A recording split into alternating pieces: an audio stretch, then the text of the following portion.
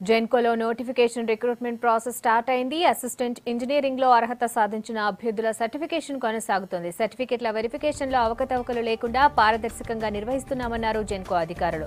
ఇక తొలి నోటిఫికేషన్ లో ఉద్యోగం సాధించిన అభ్యర్థులు సంతోషం వ్యక్తం చేస్తున్నారు.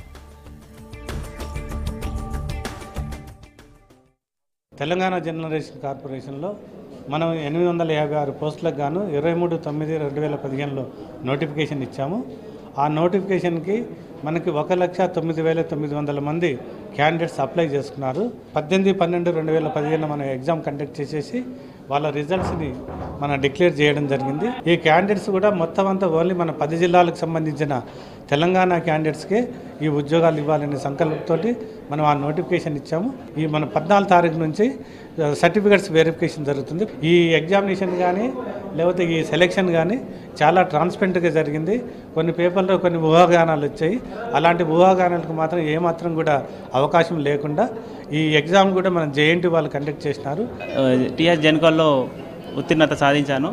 ఇదేంటంటే గత 60 సంవత్సరాల నుంచి పోరాటం వల్ల మనకు ఇప్పుడు ఫలాలు అందుతున్నాయి. సో చాలా సంతోషంగా ఉంది సార్.